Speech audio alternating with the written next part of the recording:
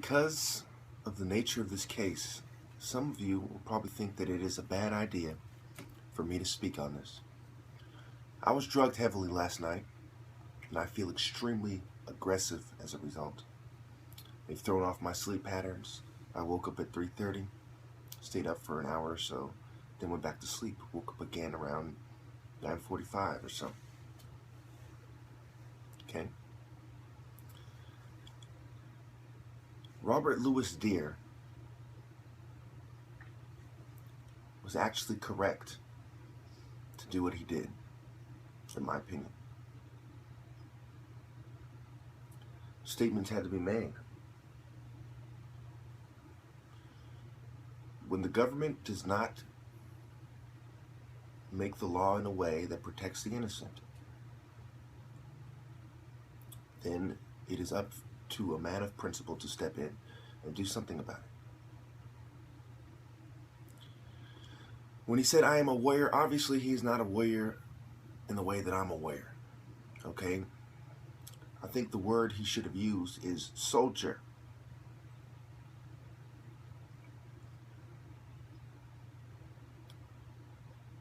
I am personally disgusted at how the public defender that they're using is the same one for the Aurora shooter. That is disgusting to me. It's nonsensical.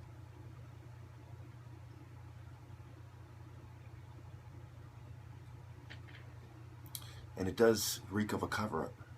And one of his outbursts, he said that they are trying to cover up the atrocities that he saw there. I don't know why he said this. But I will tell you this. You will have those who work for mental health who will say stupid things. Like, this man was obviously mentally ill. Obviously mentally ill. Okay, so let's look at high-stress situations. How many times do you see adults and children and all ages of people, when they're caught doing something wrong, they get very stressed out. You know, they're like, fuck, I'm caught. I'm stressed out. I'm sure you've all been in a situation like that yourselves, where you're caught doing something wrong. Imagine a multiple murder case that you know is in the news, that you know is highly publicized. All your friends and family will see. I don't know, call me crazy, but that is stress. Those are environmental factors. Did this guy just walk into a preschool and start shooting everybody? Did he walk into a crowded mall and start shooting everybody? Perhaps he walked into a church and started shooting everybody. And well, the church is a bad example because there's reasons why people feel that they should do that as well. No, he walked into Planned Parenthood, which has been in the news a whole lot in the last year or so. You know, the fetus, the controversy around the fetus, whether it was real or not. You know, the debate over whether it should be shut down, defunded. It's been in the news a whole lot. And when you go there, or you are aware of one in your area, it can affect you. Maybe he knows people who's had an abortion. I don't know.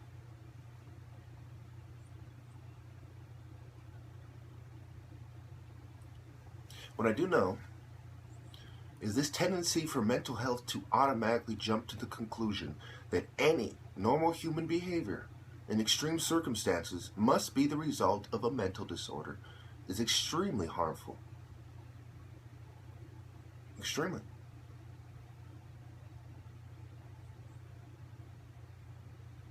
Now, I'm not saying that this guy didn't have any serious emotional issues. I think there isn't a single person in America who can claim that they don't have some sort of an emotional issue. He simply allowed it to get the best of him. Maybe he was an alcoholic. He kind of looks like an alcoholic to me. I don't know. Maybe he has a drug problem. I don't know. But I do think it's disgusting for these people to jump to the conclusion he must be mentally ill and we must drug him. And we see that trend. And we see the trend in less dramatic cases. People who just get in an argument with their parents, go to the psych ward, and they're forced on medication. They have a little superficial hearing, and they decide, well, because of you're being a threat to society and blah, blah, blah, we're going to decide that you have to be forced on medication. And if they don't accept it willingly, they are held down and forcefully injected. In some cases, people are forced to have electroshock therapy. And you constantly, time and time again, see that there's no grounds for these things. Even the brain scans don't mean anything. Sugar, for example, has the same, almost the exact brain pattern. You cannot tell the difference between the two, between someone who's on a lot of sugar and someone on cocaine. Stimulants, you know, and then you can naturally stimulate your brain by what is going on in the environment. So at the end of the day, the brain scans mean close to nothing. And people with certain mental disorders, had they been quote-unquote treated for, you know, a certain length of time, will have similar brain scans because of the damage that the drugs have done to their brain. There are a lot of reasons these brain scans are iffy. And just because we aren't to the point where people are diagnosed using these brain scans, we will be. People will be diagnosed based on faulty brain scans in the future.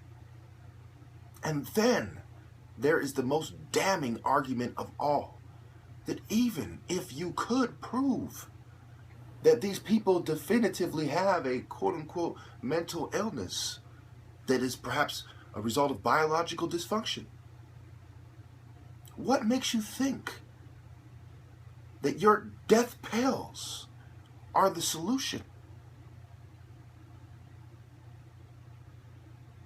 In the 21 years I've researched mental health, I have yet to find one person who is made more functional and more happy on psychiatric medications. One definitive case. I've come across people that claim that, but to me they seem like liars and shells. And we know that these people prop up people. We know these people pay people to lie. We know that there are people working for this multi-billion-dollar pharmaceutical industry that will say anything that Big Pharma wants them to say for their favorite drug. Because many of these drugs are addictive. But yet, we jump to the conclusion, without any proof that these people are mentally ill, and we force them on medication. And here's this guy, he's going to be imprisoned. What is the point of force medicating someone who's going to be locked up anyway?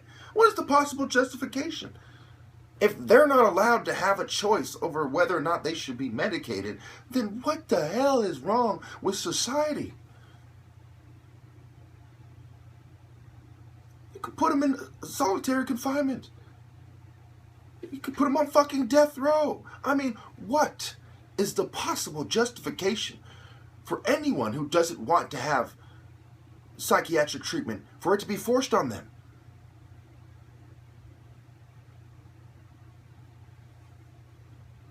And these are expensive medications, and not all of them have insurance. What possible justification could there be? You have all fallen for Big Pharma's stupidity and lies. And there's a bunch of weaklings, a bunch of cowardly little nurses, cowardly little staff that get kicks out of forcing people on drugs they don't want to take. Just psychotic shrinks, sociopaths. They're disproportionately sex offenders who like abusing political dissidents and sexually abusing people that society will probably not believe when they accuse them of it. What possible justification can there be? And yet we allow these people to force people into electroshock therapy. How would you like it if I hooked you up to a machine and started shocking your brain because I don't approve of your behavior?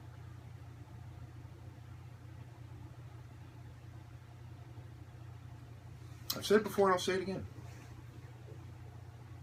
You might be smart enough to see through the lies in society, psychiatry, and Big Pharma specifically. But you are stupid enough to go along with it. We are all under a certain form of mind control, which is mental slavery. There's propaganda. You know, they made it legal a few years ago for the government to push propaganda. And it kind of went under the radar. So they can flat out lie to you to help fight the war on terror.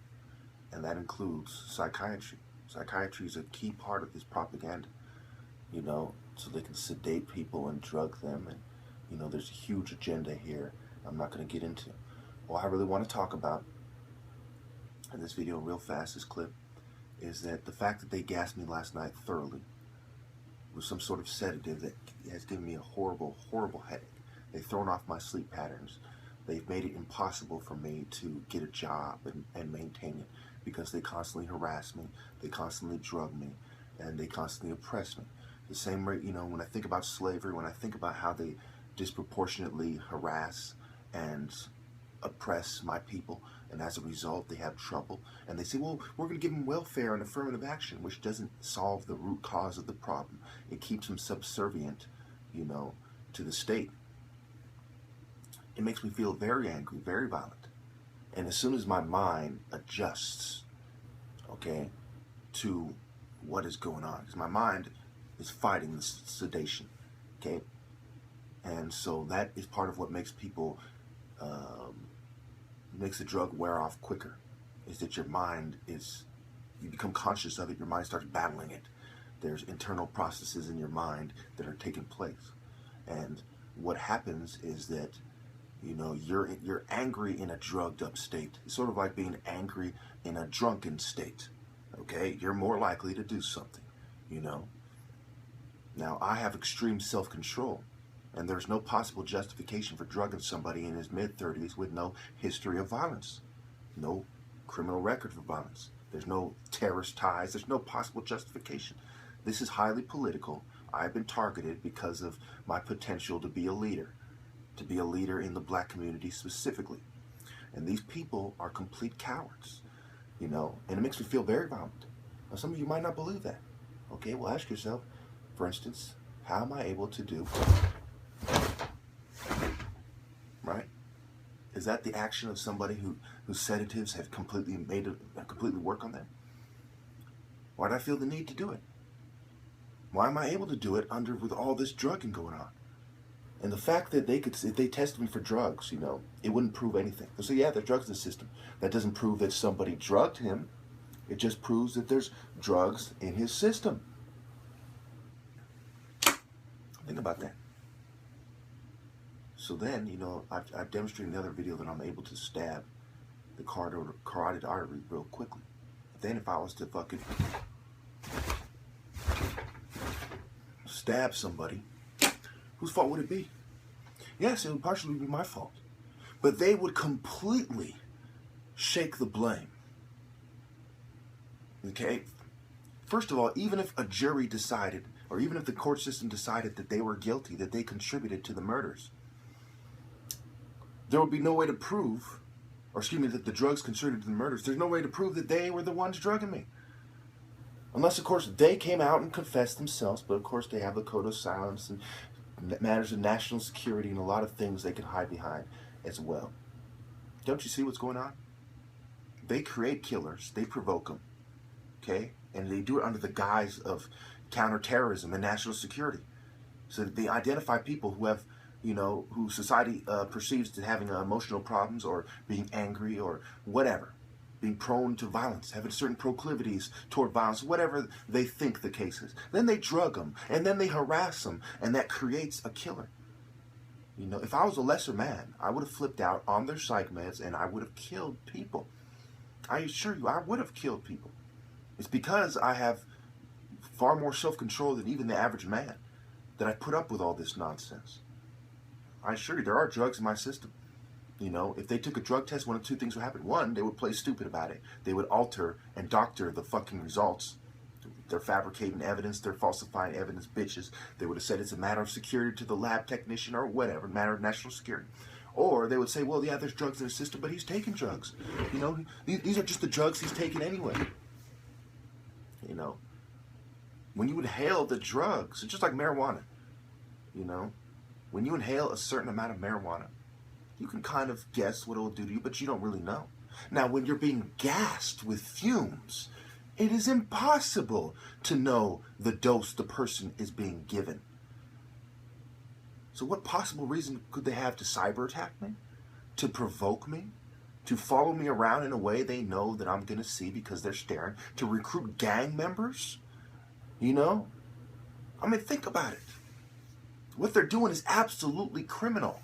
And the fact that the Santa Clara County Sheriff Department is helping them do it, they all should lose their badges. They all should be in prison for life. For attempted murder. For criminal conspiracy.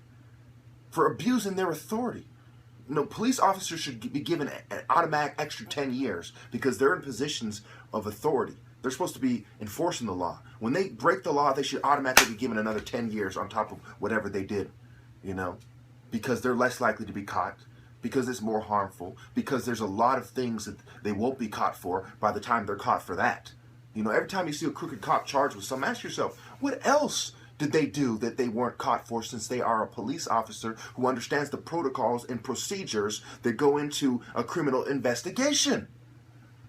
All the FBI, Comey, Johnson, I demand that Comey, all these people lose their jobs. And if you use the same scale that they're using on me, they should all be put on powerful antipsychotic, powerful, mood stabilizers and schizophrenia-related medications, because they are delusional. They think it's okay to drug and provoke and harass and stalk people. This is fucking repugnant. And they should be drugged until they are fucking incapable of their own thought, just like they are doing to people like me. Because they are killing people. They're killing 500,000 people a year with psychiatry, countless people every year with the abuse of law enforcement and mental health, you know, and so on. They should be drugged fucking stupid for their betrayal, for their dangerous behavior. They are a threat to themselves and society, because when people like me see what they're doing, you end up getting cases like Officer Fontana. Now, again, I'm not threatening anybody, but I will say that any pig that is murdered deserved to be fucking killed. They are the biggest threat to society, the system.